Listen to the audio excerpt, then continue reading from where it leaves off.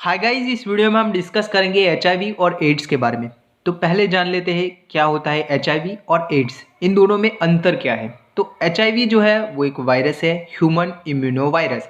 और एड्स, जब ये वायरस हमारे शरीर में अटैक करता है और हमारे इम्यून सिस्टम को काफ़ी हद तक डैमेज करता है, फिर जो उसका तीसरा स्टेज रहता है, ओके, जब ये वायरस इसके तीसरे चरण में पहुंचता है तो इसको बोलते हैं AIDS, acquired immunodeficiency syndrome. Human immunodeficiency virus इसको बोलते हैं। तो ये जो वायरस है वो हमारे इम्यून सिस्टम, जो रोग प्रतिकार तंत्र है, उसको काफ़ी हद तक डैमेज करता है, उसको कमज़ोर बनाता है। ओके, यहाँ पे हम डिस्कस करते हैं आगे इसके स्टेजेस। उसमें पहला स्टेज जिसको बोलते हैं एक्यूट इन्फेक्शंस। तो जब भी हमारे शरीर में ये वायरस घुसता है तब उसके बाद के 2 से 4 वीक में कुछ सिम्टम देखने को मिलते हैं। तो वो जो सिम्टम होते हैं वो फ्लू जैसे सिम्टम होते हैं। और ये कुछ दिनों तक रह सकते हैं और कुछ हफ्तों तक रहते हैं। ओके, तो यहाँ पे कौन कौन से सिम्टम होते हैं, तो वो जो है वो बुखार रह सकता है आपको, देन ठंडी महसूस होना, देन रैसेस बन जाते हैं, देन रात्रि काल में पसीना आना। तो ये सब सिम्टम। उसके अलावा देखें तो गले की खराश है, थकान है, जो लिम्फ नोड होती है, ओके, वो सूज जाना। उसके अलावा देखें तो मुंह में छाले पड़ना। तो यहाँ पे ये जो सिम्टम है, मतलब एक्यूट इन्फेक्शंस के जो सिम्टम है वो कुछ लोगों में दिखते हैं और कुछ लोगों में नहीं भी दिखते। ओके, दूसरा स्टेज है क्रोनिक स्टेज। ओके, अगर हमें यहाँ पे पहले स्टेज में पता नहीं चलता, ऑब्वियसली यहाँ पे ऐसे सिम्टम होते हैं तो पता नहीं चलता, तो यहाँ पे ये जो एड्स है वो आगे प्रोग्रेस होता है और स्टेज 2 में जाता है। तो उसको बोलते हैं क्रोनिक एचआईवी इन्फेक्शन। यहाँ पे भी सिम्टम देखने को नहीं मिलते। और ये जो स्टेज है वो 10 साल से अधिक भी रह सकता है। ओके, 10 साल से ज़्यादा का समय भी लगता है इस स्टेज में। तो यहाँ पे ये स्टेज में भी एचआईवी ट्रांसमिट होता है। ओके, अगर आप अनप्रोटेक्टेड सेक्स करते हो ऐसा कुछ, तो ये जो एचआईवी पर्सन है, एचआईवी जिसको है वो ऐसा पर्सन इसको ट्रांसमिट कर सकता है दूसरे व्यक्ति में। ओके, इस स्टेज के एंड तक जो वायरल लोड्स होता है, मतलब कि जो खून में वायरस होते हैं वो काफ़ी हद तक बढ़ जाते हैं। और ये यहाँ पे क्या रहता है कि जो CD4 सेल्स हैं हमारे, यहाँ पे CD4 सेल्स मतलब क्या, तो CD4 सेल्स है वो, आप ऐसे समझ लो कि वो हमारे रोग प्रतिकार तंत्र का एक भाग है। तो यहाँ पे वायरल लोड्स है, मतलब कि वायरस खून में बहुत ज़्यादा है और जो CD4 सेल है वो काफ़ी हद तक कम हो जाते हैं। यहाँ पे अगर इस स्टेज में भी दवाई न ली जाए तो ये आगे स्टेज 3 में, मतलब कि अब एड्स में कन्वर्ट होता है। ओके, मतलब कि जो एचआईवी है वो वायरस जब तीसरे स्टेज में पहुंचता है तो उसको बोलते हैं एड्स। एड्स का फुल फॉर्म होता है एक्वायर्ड इम्यूनो डेफिशिएंसी सिंड्रोम। यहाँ पे इम्यून जो सिस्टम है हमारा वो काफ़ी हद तक कमज़ोर हो जाता है। और यहाँ पे क्या रहता है कि जो CD4 सेल्स होते हैं, जो लड़ने वाले हमारे सेल्स हैं, CD4 सेल्स है, वो काफ़ी कम हो जाते हैं यहाँ पे इस स्टेज में। और वो कितने, तो 200 सेल्स पर मिलीलीटर तक कम हो जाते हैं। ओके, नॉर्मली कितने रहते हैं, तो वो 500 से 1200 सेल्स पर मिलीलीटर रहते हैं खून में। बट यहाँ पे इस स्टेज में CD4 सेल है वो काफ़ी हद तक, मतलब कि 200 सेल्स पर मिलीलीटर खून में रह जाते हैं। ओके, तो यहाँ पे क्या रहता है कि और भी इन्फेक्शंस है वो हमारी बॉडी पे अटैक करते हैं और वो ओवरकम भी हो जाते हैं, क्योंकि यहाँ पे हमारा इम्यून सिस्टम काफ़ी हद तक डैमेज हो गया है, तो उस वजह से हमें वो इन्फेक्शन लग भी जाता है। ओके, तो इन इन्फेक्शंस को बोलते हैं अपॉर्चुनिस्टिक इन्फेक्शंस। उनको अपॉर्चुनिटी मिली और उस वजह से वो हुए, तो उसको बोलते हैं अपॉर्चुनिस्टिक इन्फेक्शंस।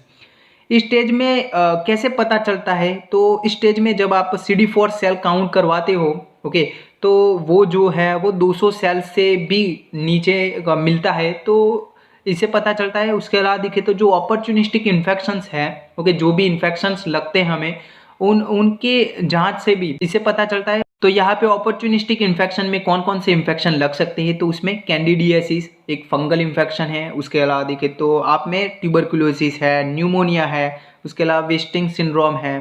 तो यहाँ पे ये सब इन्फेक्शन। उसके अलावा देखें तो कैंसर, और कैंसर में भी काफ़ी अलग अलग प्रकार के कैंसर भी आपको यहाँ पे हो सकते हैं। सर्विक्स कैंसर है, देन उसके अलावा देखें तो लिम्फोमा जैसा कैंसर है, तो वो सब यहाँ पे कैंसर भी आपको रह सकते हैं। यहाँ पे वेस्टिंग सिंड्रोम मतलब क्या है, तो वेस्टिंग सिंड्रोम मतलब कि यहाँ पे आपको वेट जो है वो काफ़ी हद तक कम हो जाना, मतलब 10% से भी अधिक यहाँ पे वेट लॉस होना। ओके, तो मांसपेशियाँ भी यहाँ पे कमज़ोर हो जाती है, वो पतली बन जाती है। ओके, तो इसको बोलते हैं वेस्टिंग सिंड्रोम। यहाँ पे जो डायरिया होता है वो काफ़ी सीवियर होता है। ओके, और वो लंबे समय से रहता है, तो उस वजह से यहाँ पे वेट लॉस होता है, वजन कम होता है। अगर इस स्टेज में भी इसकी दवाई न ली जाए, ओके, तो जो पर्सन है, जो व्यक्ति है जिसको एड्स हो गया है, वो 3 साल तक सर्वाइव कर सकता है बिना दवाई के। ओके, नाउ अब डिस्कस करते हैं कि एड्स कैसे फैलता है। तो एड्स जो है वो एनल सेक्स से ज़्यादातर फैलता है, और वो भी गेज है, बाइसेक्सुअल कम्युनिटीज़ है, तो उनमें ज़्यादातर ये फैलता है। ओके, तो यहाँ पे देखें तो जो एनस का एरिया होता है वो उसकी जो झिल्ली होती है, म्यूकोजा होती है, वो गुदबाग की जो म्यूकोजा है वो पतली होने की वजह से वो वायरस है वो बॉडी में एंटर होता है। उसके अलावा देखें तो पेनिस के ऊपर ऐसे छाला है। ओके, उसके अलावा देखें तो स्मॉल कट है या फिर स्क्रैचेस है, तो उससे वो वायरस है वो बॉडी में एंटर होता है। उसके देखें तो ओरल सेक्स में भी ज़्यादातर ये वायरस फैलता है। ओके, तो वो कैसे फैलता है, तो जब आप अपने पार्टनर का प्राइवेट पार्ट अपने मुंह में इंट्रोड्यूस करते हो, तब क्या रहता है कि जो अगर यहाँ पे आपके मुंह में छाले हैं, उसके अलावा देखें तो ब्लीडिंग गम, आपके पेटों में से खून निकल रहा है, तो उससे वो वायरस जो है वो हमारी बॉडी में एंटर होता है। ओके, उसके अलावा देखें तो जब ड्रग्स लेते हैं तो वो निडल शेयर करते हैं, तो उसमें तो वहाँ पर भी एड्स फैलता है। ओके, उसके अलावा देखें तो जो HIV है वो मदर से चाइल्ड में भी ट्रांसमिट होता है, माता से बच्चे में भी हो सकता है, और इसको बोलते हैं पेरीनेटल ट्रांसमिशन या फिर mother to child transmission. Okay, but यहाँ पे ये लेस कॉमन होता है, क्योंकि उसमें भी यहाँ पे प्रेगनेंसी में HIV और अदर वेनेरियल डिजीजेस होते हैं, उनके टेस्ट करवा लिए जाते हैं। ओके, तो ये भी बहुत कम होता है। ओके, अब डिस्कस करते हैं कुछ रेयर केसेस, तो उनमें भी ये फैलता है। उसमें देखें तो डीप किसिंग, अगर आप अपने पार्टनर के साथ डीप ओपन माउथ किस करते हो, तो वो जो है एड्स को फैला सकता है। ओके, यहाँ पे आपके मुंह में या फिर आपके पार्टनर के मुंह में छाले होने चाहिए, छाले होते हैं या फिर ब्लीडिंग गम्स, पेड़ों में से खून निकल रहा है, तो वो जो वायरस है वो बॉडी में एंटर होता है। ओके, अदरवाइज वो एंटर नहीं होता। अगर आप ऐसे लिप टू लिप किस करते हो तो वो ऐसे नहीं फैलता। ओके, जो नर्सिंग स्टाफ है, ओके, उनको ऐसे रेड लाइट एरिया का सर्वे लेना है, या फिर ऐसे पेशेंटों के बीच काम करना है। ओके, जिनको HIV है, तो उनको भी ऐसे निडल विडल लग जाती है, तो उनको भी ऐसे HIV रह सकता है, तो उसको बोलते हैं ऑक्यूपेशनल ट्रांसमिशन।